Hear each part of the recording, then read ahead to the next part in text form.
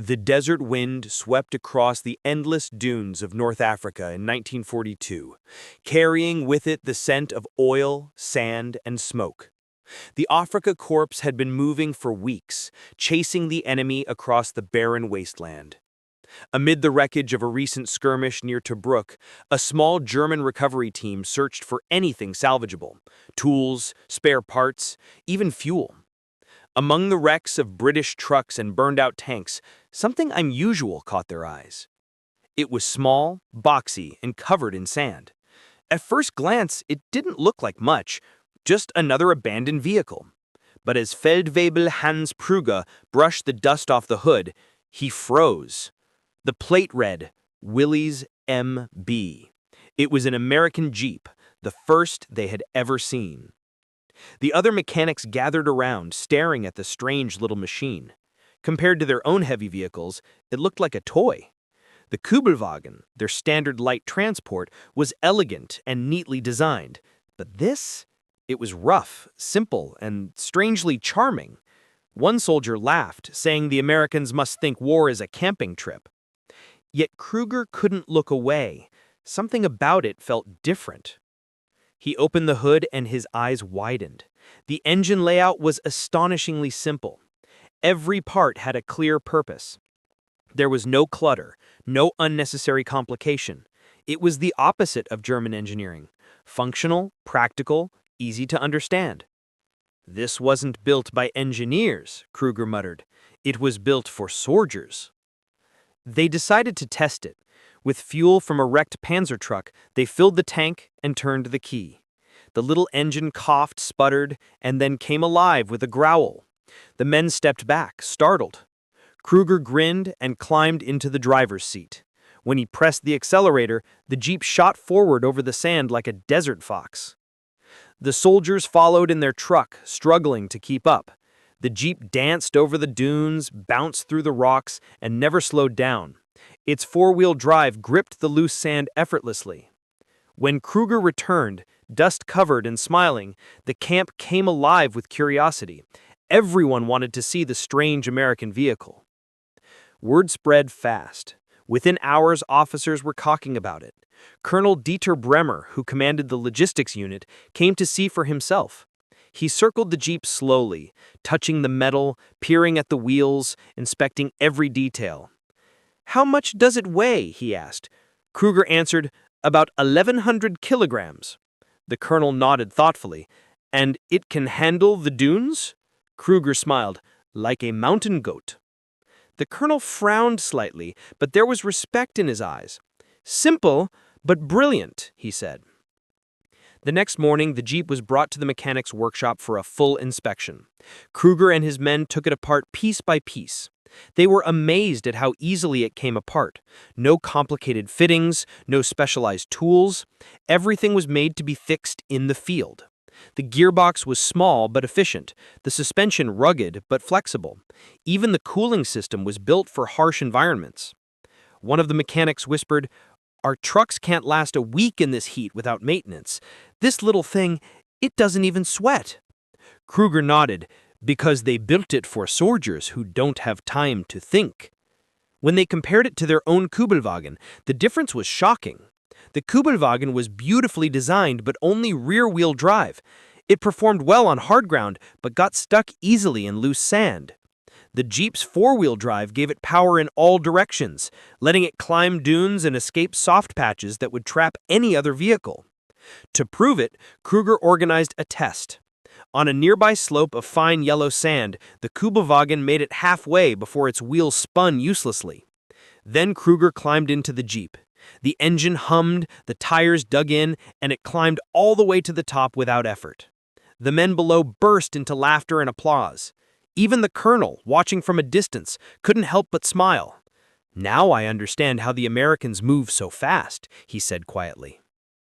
By evening, everyone in the camp was talking about the Jeep. Some mocked it for its crude looks, others admired it for its strength. But Kruger saw something deeper. It wasn't just a vehicle, it was a philosophy. The Americans had designed it with practicality first, not prestige. Every part served a purpose, every bolt could be replaced, every soldier could drive it. That night, under the dim glow of a lantern, Kruger sat at a small table, taking notes in his logbook. He wrote about the suspension, the 4x4 system, the low gear ratio, the light weight. His handwriting trembled slightly from exhaustion, but he kept writing. The American Jeep is not beautiful, but it is perfect for war. It is the weapon of movement. The next morning, a visiting engineer from Berlin arrived to inspect the captured machine. He looked at it skeptically. "It's nothing special," he said. "A box on wheels." Kruger didn't argue. He simply handed him the keys. "Drive it." The engineer reluctantly climbed in. 10 minutes later, he returned, eyes wide, face covered in dust, grinning from ear to ear. "Remarkable," he admitted. "It feels alive."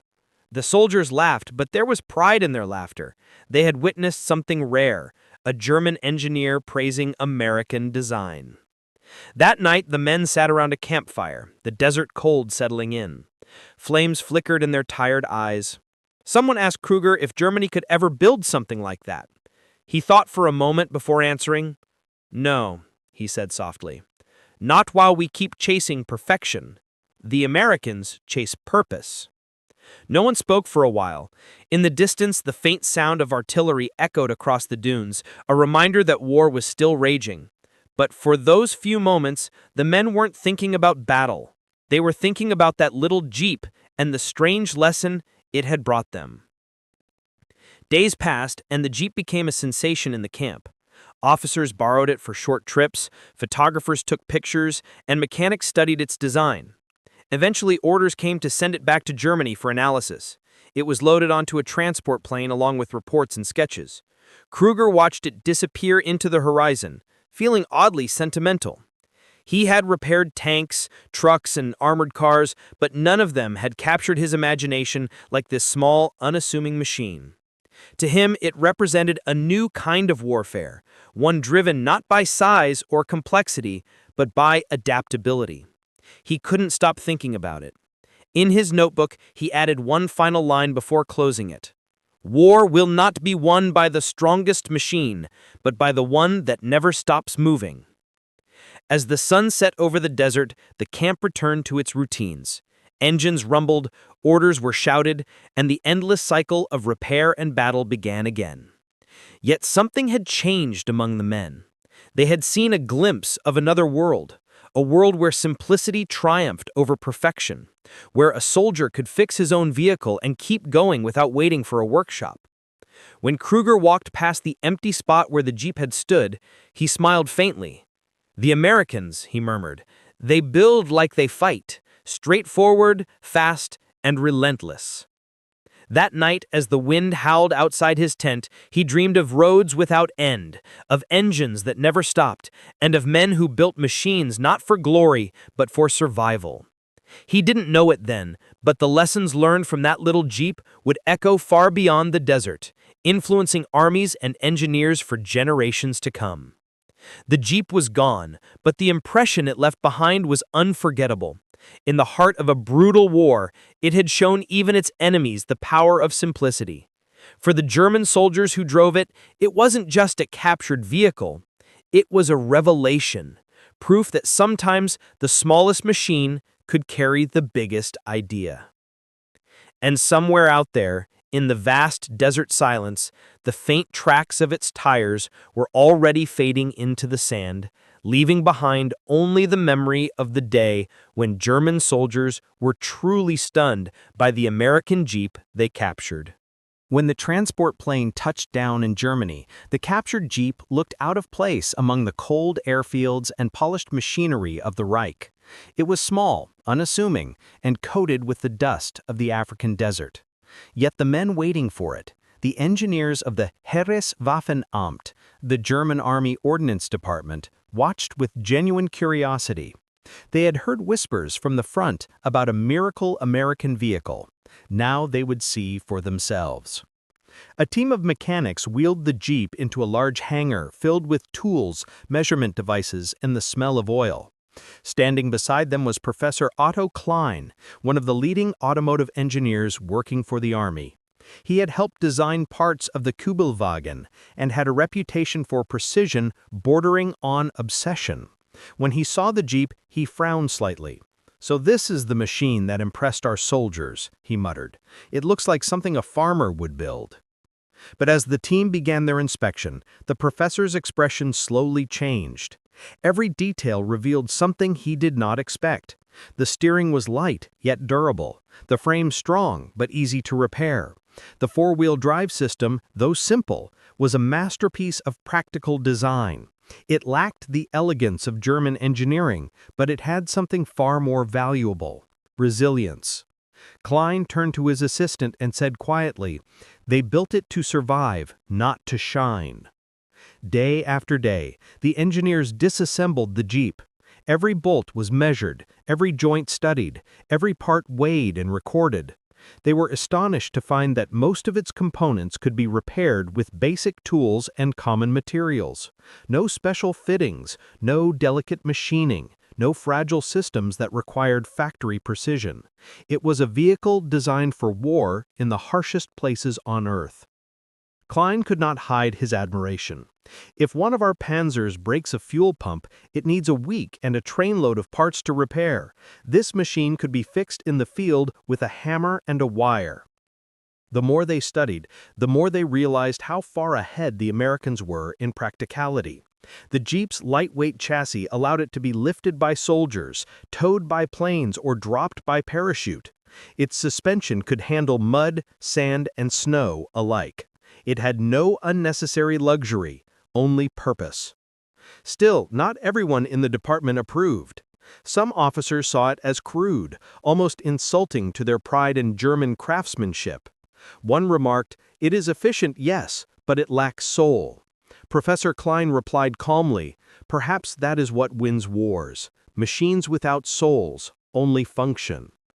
When winter came, the army ordered a field test in the forests outside Berlin. The engineers wanted to see how the Jeep performed in Europe's cold climate. They brought a Kübelwagen for comparison. The test began early one frosty morning, snow falling gently through the trees. The Kübelwagen started first, gliding along the icy track. Then came the Jeep. Its engine roared to life instantly, even after a night in sub-zero temperatures. As they drove through the forest, the difference became clear. The Kübelwagen slid and struggled on the steep slopes.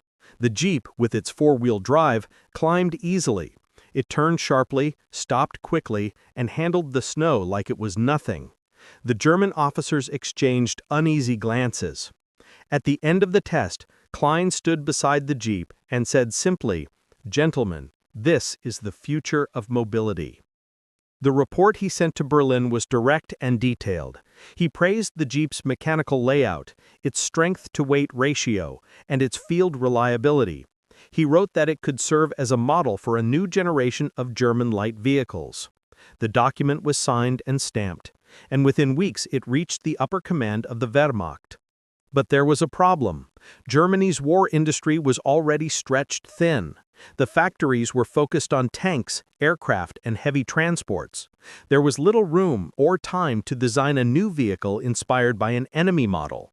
Moreover, Adolf Hitler himself had a preference for large, imposing machines, not small, practical ones. The Jeep did not fit his image of German power, so the idea was quietly shelved. Still, the engineers did not forget. They continued to study the captured Jeep, using it to teach young designers about simplicity and purpose.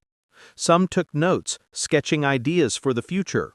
One of them, a young apprentice named Karl Hoffmann, would later recall, "That American car changed how I thought about engineering. It made me believe that beauty was not in perfection, but in usefulness." While the Jeep sat in a workshop in Berlin, its reputation spread among German soldiers on other fronts. Reports came from the Eastern Front, where troops had captured more of them. In the mud of Ukraine and the forests of Poland, they found the same thing: the Jeep never quit. Soldiers used it to carry wounded men, haul supplies, and even tow artillery. It became a symbol of Allied ingenuity: small, fast, and relentless. German officers began to unofficially use captured Jeeps in their own operations. Some were painted gray and fitted with German markings. A few were even modified with machine gun mounts or communication radios. They were nicknamed Bute Jeep, meaning captured Jeep. Soldiers loved them. They said it was the most reliable vehicle in the entire war. Back in Berlin, Klein often thought of the soldiers in Africa, the men who had first discovered the Jeep. He wondered if they ever realized how much their simple report had influenced the engineers back home. In a letter to one of his colleagues, he wrote, "We chase the impossible in our factories, building machines that must never fail. Yet they fail because they are too perfect. The Americans, by accepting imperfection, have achieved endurance." The winter of 1943 was brutal. Allied bombers roared over German cities every night, and production lines struggled to keep up. Still, in one corner of an automotive plant, a small group of engineers quietly experimented with a prototype inspired by the Jeep. It was lighter than the Kübelwagen, faster, and designed for rough terrain.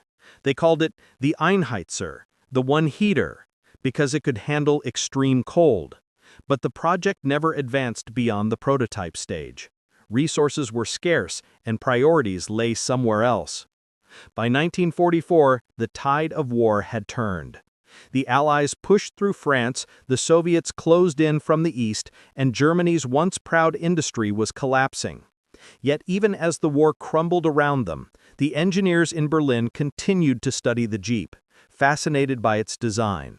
Some joked that when the war ended, they would buy one for themselves if they ever saw it again. When the bombing raids intensified, many valuable machines were moved to underground facilities. The Jeep was placed in storage in an abandoned mine along with blueprints, notes, and unfinished projects. It would remain there, covered in dust, until the war's end. In April 1945, when Soviet troops entered Berlin, they found hundreds of damaged vehicles and prototypes. Among them sat the same dusty Willys Jeep that had crossed the desert years earlier. A Russian officer climbed into it, turned the key, and laughed in surprise as the engine started instantly. Even after years in storage, it was still alive. The Soviets took it to Moscow for examination, just as the Germans once had. They too were impressed. The design was so influential that elements of it appeared in post-war Soviet vehicles like the Gaz-67. The Jeep had, in its own quiet way, taught three great armies, the German, the Soviet, and the American, the same lesson. The simplest solution is often the strongest.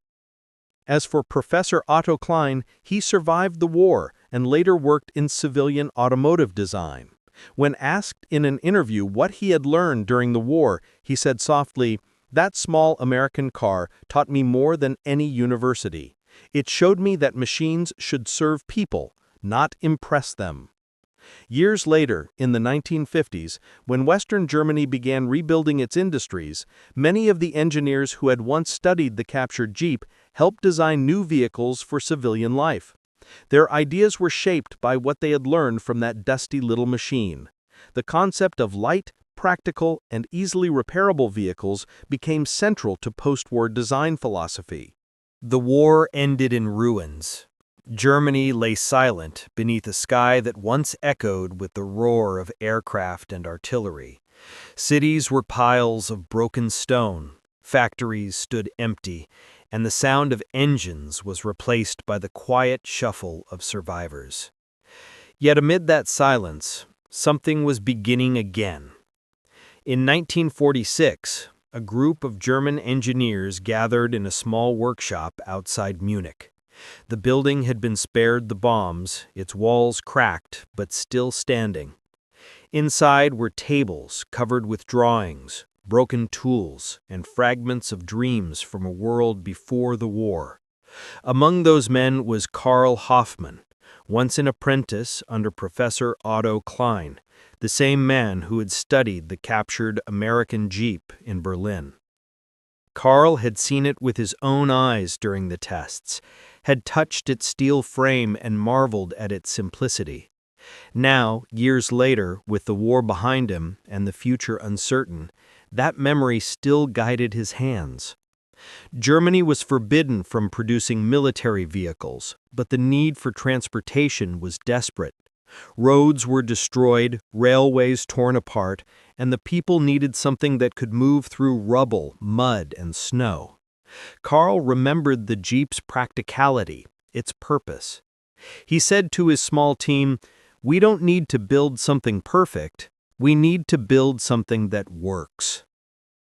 They began sketching designs inspired by the Willys Jeep: light frames, simple suspension, air-cooled engines. It wasn't for soldiers now, it was for farmers, builders, and the ordinary people trying to rebuild their lives. In those early years, the ghost of that captured Jeep lived in the hearts of German engineers who had once been its enemies. While the Americans celebrated victory, the Jeep became one of the most recognized machines in the world.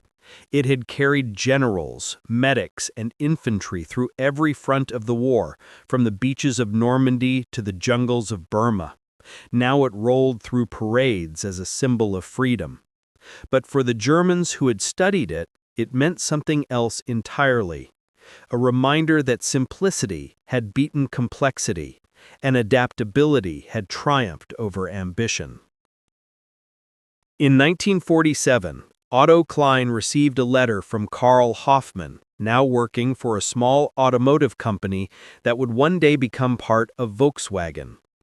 Hoffmann wrote, "Professor, I remember the day you told us that machine was built to serve, not to impress. I think we're finally learning that lesson." Klein smiled when he read it. He had lost his titles, his laboratory, and many of his colleagues, but his love for honest engineering had survived the war. He visited the workshop a month later. The roads were rough and the journey slow. When he arrived, he found Karl and his team testing a small prototype vehicle, a rugged little thing made from spare parts and salvaged metal. It wasn't beautiful, but it moved with determination. The professor touched the hood, feeling its vibration. He asked, "You built this?" Karl nodded proudly, from nothing but old engines and memory. Klein looked at the machine for a long time before saying quietly, "The Americans would be proud." Across the Atlantic, the Jeep's story continued to grow. After the war, Willys Overland began selling civilian versions, known as the CJ, Civilian Jeep. Farmers bought them, explorers drove them, and soon they became symbols of adventure and freedom. But few of those new owners knew that once, deep in the deserts of Africa, their beloved vehicle had astonished the very soldiers who fought against it. By the 1950s, Germany was rebuilding fast. The new Federal Republic wanted to prove that it could rise again, not through conquest, but through craftsmanship and innovation. The automotive industry led that recovery. Volkswagen's Beetle became a global success, small, efficient, and reliable. In its design philosophy, you could see traces of the lessons learned from that captured Jeep: simplicity, practicality, purpose. One afternoon in 1953, Klein visited an auto exhibition in Frankfurt. Among the polished chrome and colorful banners, his attention was caught by a small off-road vehicle built by a young German company. It was called the DKW Munga, short for Mehrzweck Universal Geländewagen mit Allradtrieb. A multi-purpose all-terrain vehicle. Klein smiled the moment he saw it. Its shape, its stance, its purpose, it was unmistakably inspired by the Jeep. He spoke to one of the designers, a man who, as it turned out, had once served in the Afrika Korps. When Klein mentioned the Jeep, the man laughed softly. "Yes," he said, "I drove one once. It was American. It never failed us, even when our own vehicles did." Klein nodded, understanding the unspoken truth. The machine they had once captured in war had become a quiet teacher in peace. Meanwhile, in the United States, the Jeep's legend only grew. It became part of movies, advertisements, and songs. Soldiers returning home told stories of how it had saved lives, crossed rivers, and climbed impossible hills. One veteran described it simply, "It was like a loyal dog, it just kept going." The Jeep was no longer just a vehicle, it was a symbol of endurance. In 1955, Otto Klein retired from engineering. His hair was white, his hands stiff, but his mind sharp as ever. One rainy afternoon, he opened the old leather notebook he had kept since the war, the same one filled with notes about the captured Jeep. The pages were yellowed, the ink faded, but the words were still clear. The Americans built it not to be perfect, but to last. He closed the book, smiling faintly. That small American car had changed him, perhaps more than any battle or invention ever had. Karl Hoffmann continued his work, helping to design vehicles for the new Bundeswehr when West Germany was allowed to rearm in the late 1950s. Ironically, the first vehicles they ordered from the United States for military use were Jeeps. The same machine that once amazed German soldiers in Africa now carried German troops in NATO exercises. History had come full circle. In 1960, Karl Hoffmann traveled to the United States as part of an industrial exchange program. During his visit, he toured a Jeep factory in Toledo, Ohio. As he walked through the assembly line, he saw rows of vehicles being built. The same simple design, the same strong steel, the same spirit. One of the American engineers noticed the look on his face and asked if he had ever worked with Jeeps before. Hoffmann smiled and said, "Yes, once a long time ago, but back then it wore a different flag." The American laughed, not understanding the weight of those words. Hoffmann ran his hand along the hood of a new Jeep, remembering the day in the desert when German soldiers first saw one under the blazing sun. He whispered to himself, "You've outlived us all." As years passed, the world changed. The war became history, and the Jeep became a legend.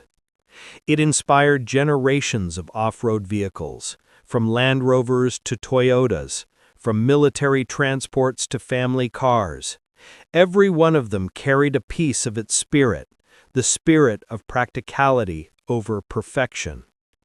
Hoffmann lived long enough to see Germany and America become allies, their industries intertwined, their engineers collaborating instead of competing. When he retired in the 1970s, he often told young designers the same story, of the day a group of weary soldiers found a strange little American car in the desert, and how that moment changed their understanding of what a machine could be. In his final years, Hoffmann wrote a small memoir, never published, but kept by his family. In one of its last pages he wrote, "The Jeep taught me humility. It taught me that strength is not in power, but in endurance. It crossed battle lines, survived empires, and showed us that the simplest ideas are the ones that last forever." By the time Hoffmann passed away, the Jeep had become more than a machine. It was an icon. It had rolled through deserts, jungles, and cities. It had carried soldiers, farmers, doctors, and dreamers. And somewhere in the archives of history, a few black and white photographs still existed. Grainy images of German soldiers standing beside a dusty Jeep in North Africa, smiling like children discovering something magical.